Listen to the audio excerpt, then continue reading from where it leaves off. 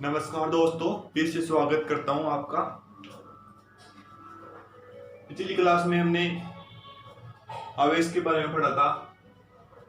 आज हम कूलॉम का नियम देखेंगे। इससे पहले एक छोटा सा टॉपिक है विद्युतदर्शी, इसको देख लेते हैं पहले।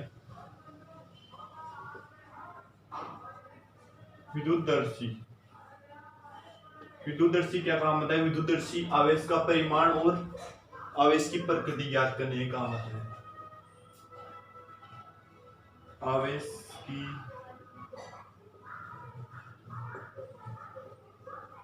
प्रकृति और परिमाण ज्ञात करने के काम होता है। ज्ञात करता है। इसका डायग्राम देख लो। एक कांच का जार है बड़ा सा,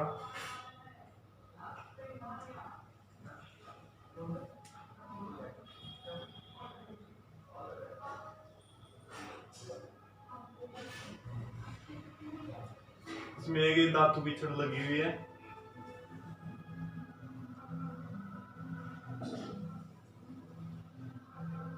धातु की छड़ की दो सोने की पत्तियां है, ये स्वर्ण पत्तियां।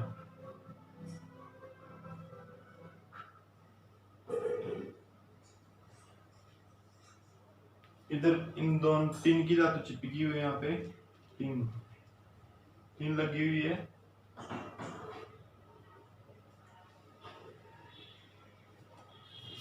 ये क्या है? जार। ये स्वर्ण पत्तियां है।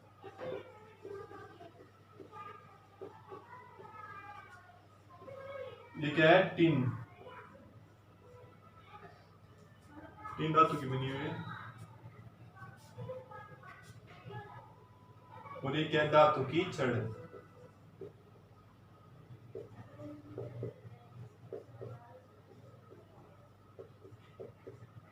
इसे कोर्क से बंद किया गया है और ये धातु की चकती है यहाँ।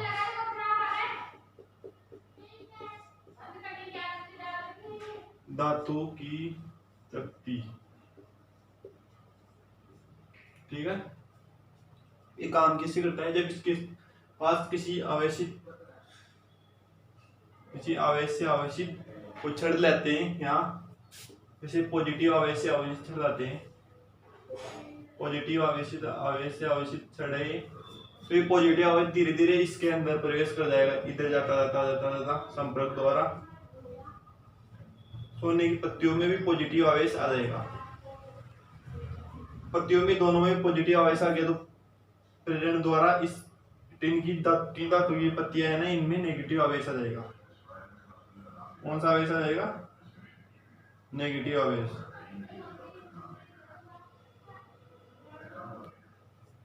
तो ये पत्तियां नेगेटिव आवेश आ जाएगा। नेगेटिव और पॉजिटिव के मध्य आकर्षण होता है, तो ये पत्तियां फैल जाएगी, तो हमें पता चल गया। और फिर अब दोबारा पता किससे लगेगा कौन सा आवेश? दोबारा विपरीत प्रकृति का आवेश लाते हैं यहाँ, नेगेटिव आवेश। तो आवेश धीरे धीरे पहले इसको पॉजिटिव आवेश को समाप्त करेगा, पहले उदासीन होगा, पत्तियां सिकुड़ जाएगी, फिर दोबारा यहाँ कौन सा आवेश आएगा? नेगेटिव आवेश आ जाएगा। फिर धीरे धीरे नेगेटिव आवेशित हो जाएगा।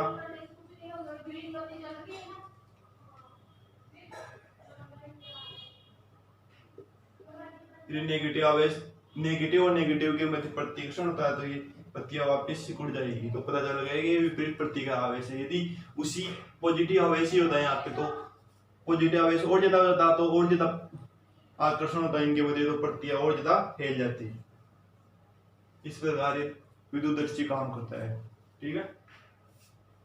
आगे देखते हैं कूलॉम का नियम।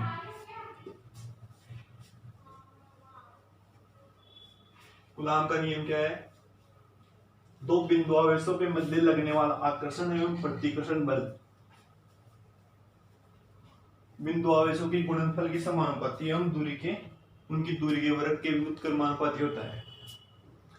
पहले देख लो बिंदु आवेश। बिंदु आवेश क्या होते हैं? बिंदु आवेश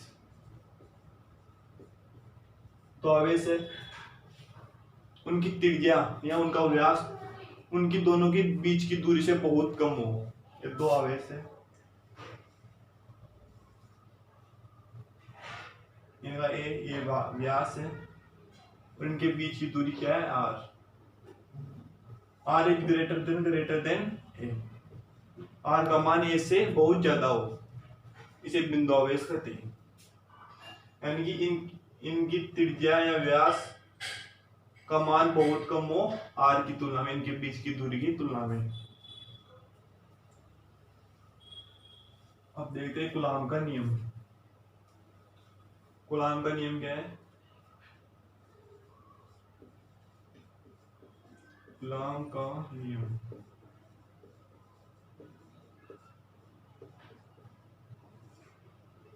दो बिंदु आवेशों के मध्य लगने वाला आकर्षण एवं प्रतिकर्षण बल उनके गुणनफल के समानुपाती एवं दूरी के वर्ग के व्युत्क्रमानुपाती होता है। दो बिंदु आवेश है Q1, ये क्या है Q2, इनके मध्य की दूरी R है, तो उनके मध्य लगने वाला आकर्षण एवं प्रतिकर्षण बल लिख लो। दो बिंदु आवेश Q1 व Q2 है, उनके मध्य लगने वाला आकर्षण एवं प्रतिकर्षण बल उनकी दूरी के उनकी दोनों के गुणनफल के समानुपाती एवं दूरी के वर्ग के व्युत्क्रमानुपाती होता है। तो F is proportional to Q1 Q2 और F is proportional to 1/r square. समीकरण नंबर 1 दे देते हैं इसको 2। समीकरण 1 व 2 से 2 के संयोजन से समीकरण 1 व 2 से दोनों को संयोजन कर दिया। F इज प्रोपोर्शनल टू क्या जाएगा Q1 Q2/r स्क्वायर। इसको समानुपाती नियतांक लगाते हैं। F बराबर के Q1 Q2/r स्क्वायर। यह कूलाम का नियम, जहाँ के क्या है, जहाँ के समानुपाती नियतांक है।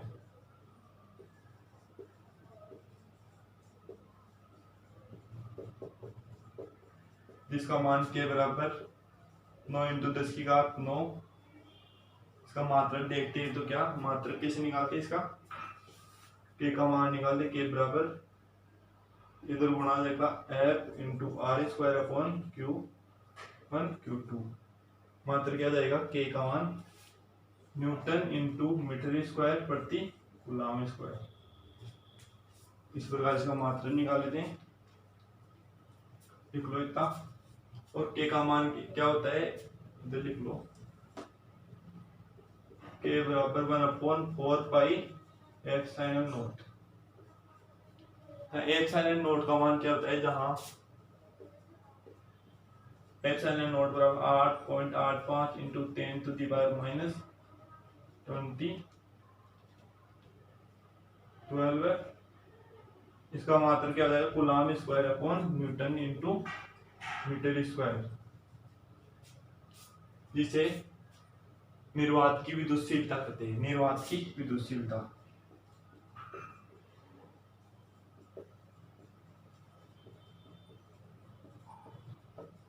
सब दोनों आवेश निर्वात में उपस्थित हो तो लगने वाला बल ये होगा।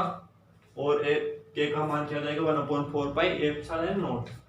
अगर वायु में या निर्वात में नहीं उपस्थित हो, माध्यम में उपस्थित हो किसी में भी, तो के का मान क्या हो जाएगा 1/4 पाई एप्सिलॉन। एप्सिलॉन का मान क्या होता है, एप्सिलॉन का मान देखते हैं यदि माध्यम में उपस्थित हो।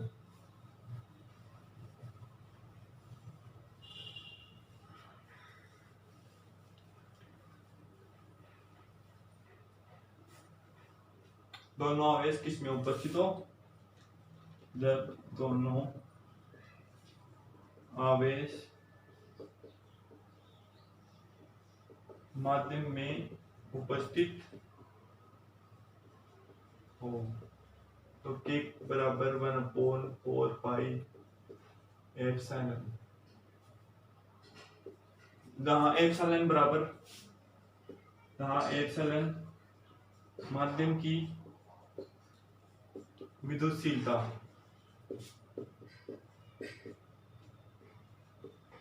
एप्सिलॉन का मान क्या होता है? एप्सिलॉन बराबर epsilon nought into epsilon are.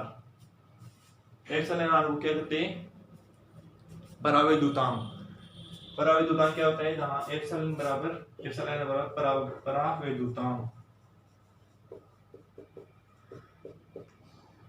परावैद्युतांक क्या होते हैं? परावैद्युतांक वे पदार्थ होते हैं जिनमें आवेश का संचालन नहीं होता, फिर भी वे आवेश का प्रवाह होने का अनुभव कराते हैं, जिसे कुचालक पदार्थ। परावैद्युतांक क्या होते हैं? ऐसे पदार्थ जिनमें आवेश का प्रवाह नहीं होता, आवेश का प्रवाह नहीं होता, फिर भी वे आवेश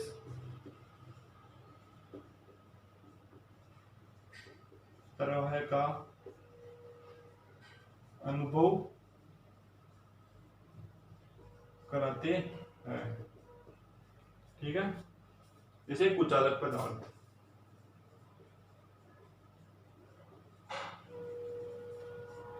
ठीक है, इतना लिख लो, फिर आगे देखते हैं। फिर आगे एक एग्जाम्पल देख लेते हैं।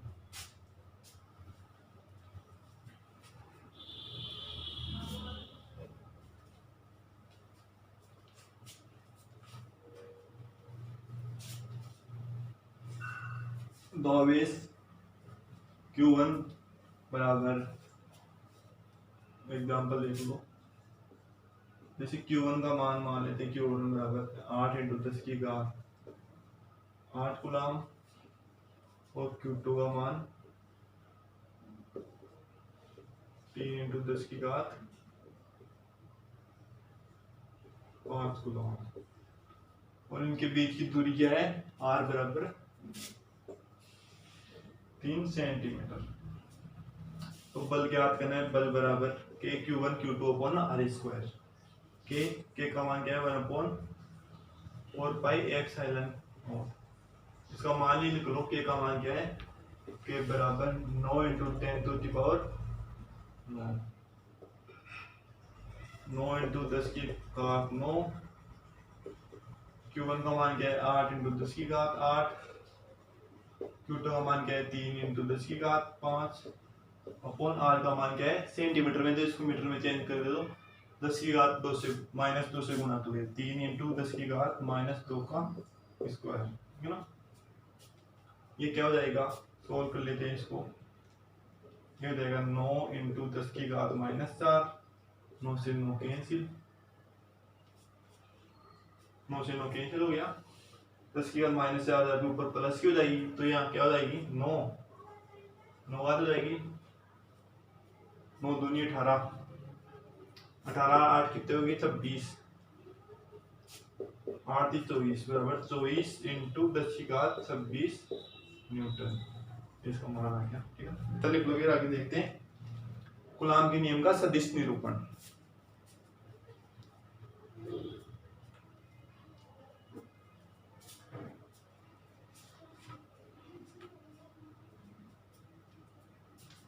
कूलाम के नियम का सदिश निरूपण देखते हैं आगे। फिर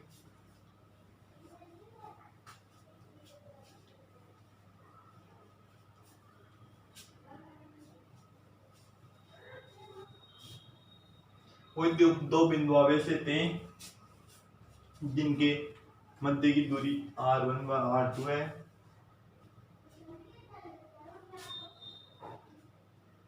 कूलाम के नियम का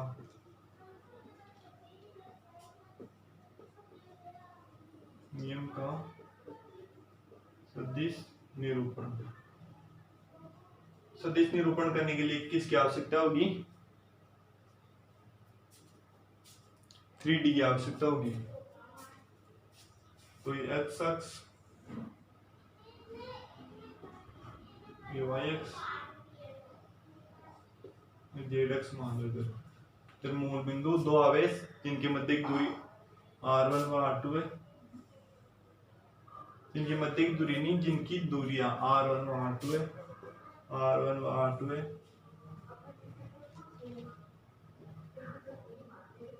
R1 मीटर मूल बिंदु से जिनकी मध्य की दूरी R1 व R2 है, यह आवेश Q1 हो गया, एक Q2 हो गया। आगे लिखो आवेश Q1 पर Q2 के कारण लगने वाला बल F12 है, इसी कारण इस पर लगने वाला बल क्या है, F12 मीटर है। इसी प्रकार आवेश Q2 पर Q1 के कारण लगने वाला बल F21 मीटर है, F21 मीटर। फिर लिखो आवेश Q2 के कारण Q1 का स्थिति सदिश, आवेश Q2 के कारण Q1 का स्थिति सदिश, स्थिति सदिश क्या हो जाएगा इसका, R12 वेक्टर का मान। इसी प्रकार आगे लिखो Q1 के कारण Q2 पर लगने, Q1 के कारण Q2 का स्थिति सदिश क्या है, R21 वेक्टर, ये R12 वेक्टर है।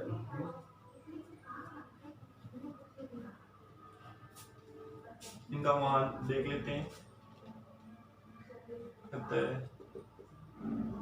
R12 वेक्टर बराबर, R12 वेक्टर का मान क्या होगा, R12 वेक्टर क्या है, ये है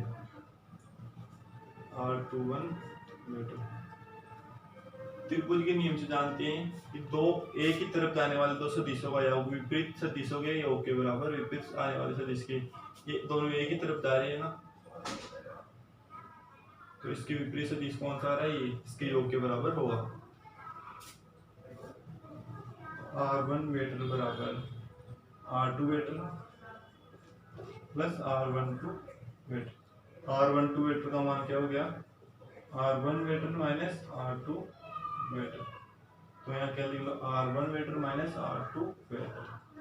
R12 का मोल ले लो, R12 वेक्टर का मोल बराबर R1 vector minus R2 vector का मोल, समीकरण नंबर 1 दे दो। इसी प्रकार R21 का मान निकालेंगे, R21 बराबर R21 क्या हो जाएगा, R21 हो गया, इधर ये दोनों सदिश एक ही तरफ जा रहे हैं, इसके विपरीत योग के बराबर होगा।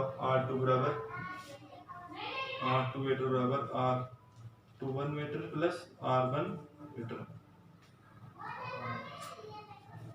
R21 वेक्टर का मान क्या हो जाएगा, R2 minus R1, R2 vector minus R1 vector, इसका परिमाण लो, समीकरण नंबर 2।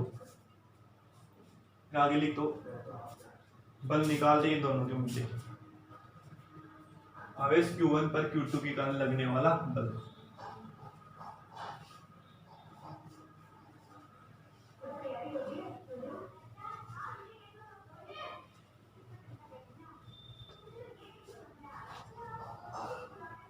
आवेश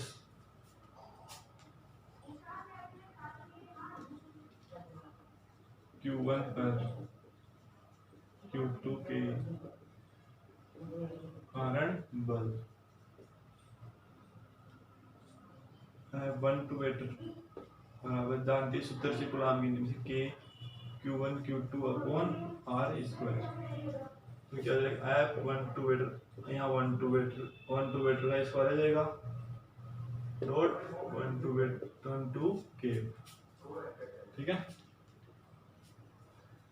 तो मान लिखेंगे 12 का मान लिखेंगे तो क्या आ जाएगा, F12 वेक्टर बराबर K Q1 Q2 upon R12 का मान क्या है, R1 vector minus R2 vector, समीकरण नंबर 3। इसी प्रकार Q2 पर Q1 के कारण बल F21 वेक्टर हो जाएगा, K Q1 Q2 upon R21 vector का स्क्वायर डॉट R21, ठीक है ना। इसका मान R21 का मान रखेंगे तो क्या हो जाएगा, K Q1 Q2 upon R21 का मान क्या है, R2 minus R1, R2 minus R1 mode का स्क्वायर, ठीक है ना, या मोड लगा लो, मोड का स्क्वायर हो जाएगा, ठीक है ना, यहाँ भी स्क्वायर आ जाएगा ना, और R12 K, ठीक है, फिर भी R21 K हो जाएगा। समीकरण नंबर 4। समीकरण 3 और 4 को देखते हैं।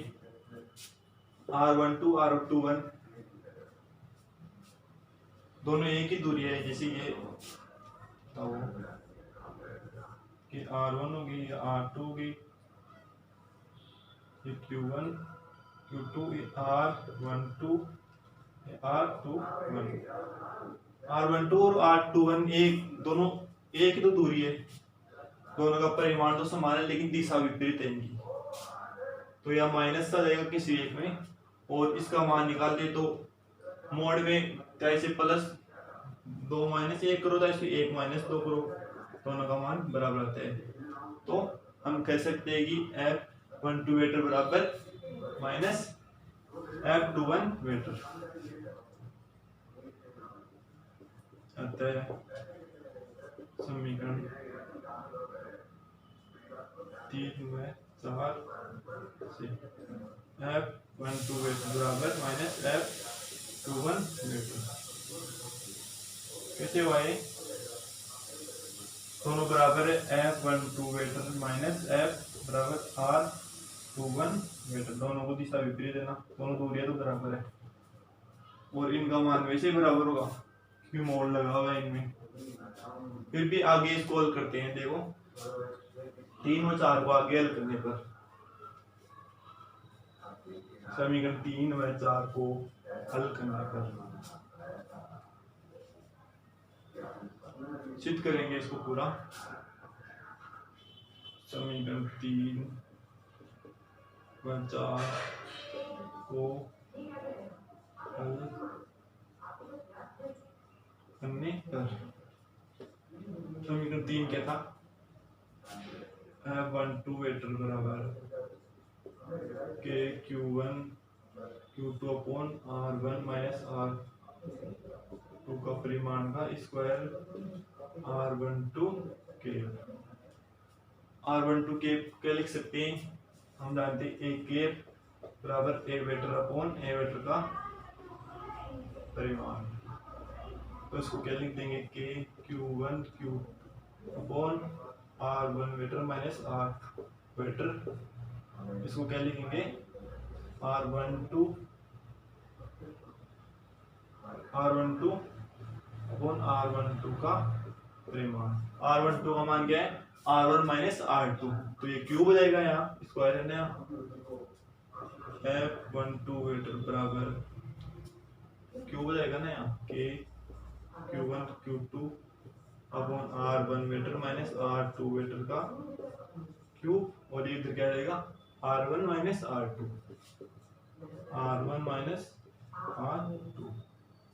ठीक है। समीकरण क्या देते हैं इसको, हाँ, इसी प्रकार 4 को हल करने पर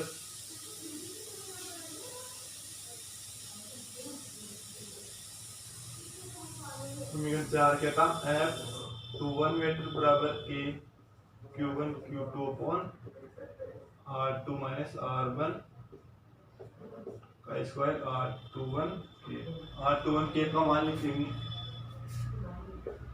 F21 वेक्टर बराबर K Q1 Q2 upon R2 minus R1 हो जाएगा नीचे, तो इसको क्यूब हो जाएगा, और R2 vector minus R1 vector, ठीक है ना।